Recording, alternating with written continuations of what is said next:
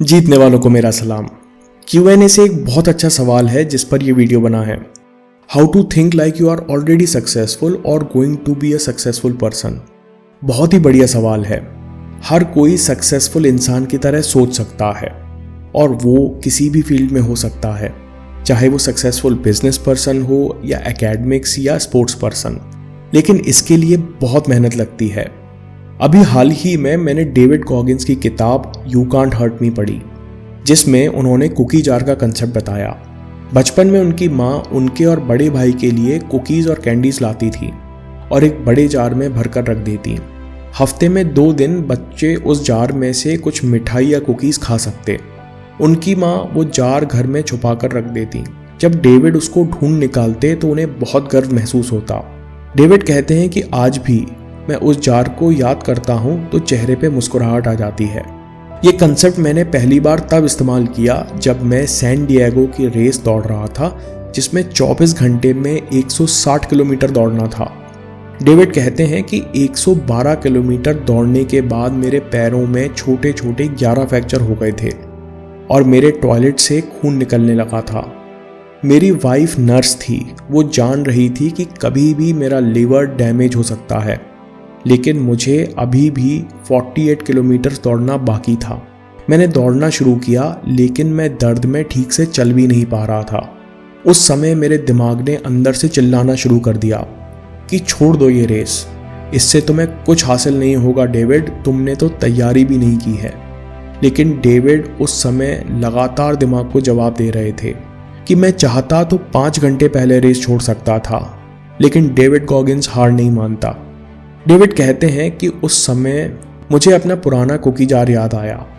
उस जार में जीवन भर की जीत भरी हुई थी कि कैसे पढ़ाई में कमज़ोर होते हुए भी मैंने दिन रात करके नेवी सील का एग्ज़ाम पास किया, कैसे मैंने 3 महीने में 40 किलो वज़न कम किया और दर्द में कई सारी जीत मुझे याद आने लगी।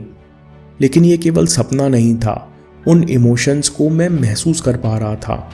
उन जीतने वाले माइंडसेट का मैं इस्तेमाल कर पा रहा था और मेरे सिम्पैथेटिक नर्वस सिस्टम ने मेरे डरे हुए मन को जीत लिया और शरीर में एड्रेनालिन रिलीज हुआ और मैं लंगड़ाने की जगह भागने लगा।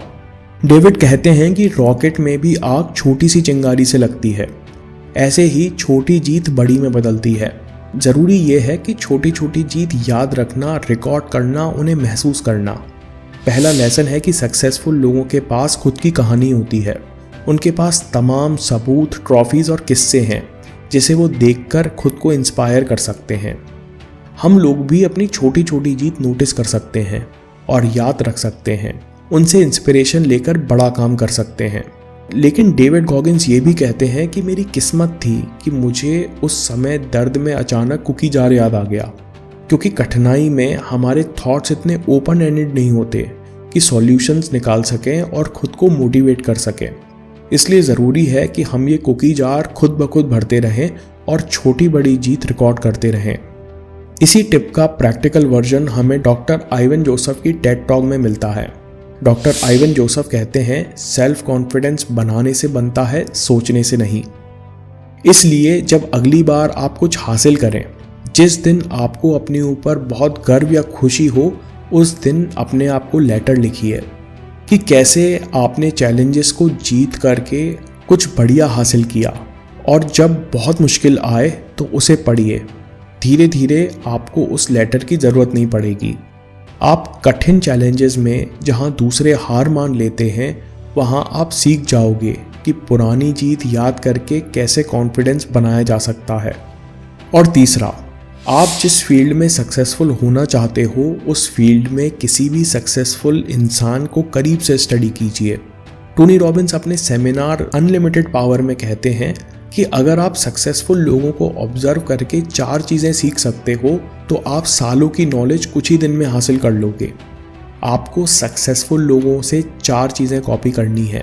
पहला, उनका बिलीफ सिस्टम। दूसरा, उनका बॉडी लैंग्वेज और फिजियोलॉजी। तीसरा, उनका डिसिप्लिन या वर्क एथिक। और चौथा, उनकी एनर्जी। फॉर एग्जाम्पल, अगर आप विराट कोहली से सीखना चाहते हो तो उनका हार हैंडल करने का माइंडसेट समझना होगा। आपको उनके कई इंटरव्यूज़ पढ़ने होंगे, जहां आप उनका प्रोसेस समझ सको।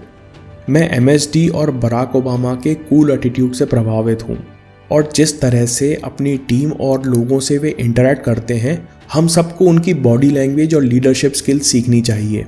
ये सब करने के लिए बहुत समय, दिमाग और फोकस लगता है, लेकिन रिवॉर्ड भी मिलता है। इसलिए आम जनता कपिल शर्मा शो देखती है। मैंने कभी भी सक्सेसफुल लोगों को टाइम पास करते हुए नहीं देखा। इन लोगों को मेहनत करने में, सीखने में इतना मज़ा आता है कि इनको एंटरटेनमेंट की नहीं बल्कि रिलैक्सेशन की ज़रूरत होती है। दोस्तों, अगर आपको ये वीडियो पसंद आया तो सेल्फ कॉन्फिडेंस पर अगला वीडियो ज़रूर देखिए। और हाँ, चैनल ज़रूर सब्सक्राइब कीजिए। मैं काम के किस्से लाता रहूँगा। हिम्मत, हरकत, होशियारी, हम जीतेंगे।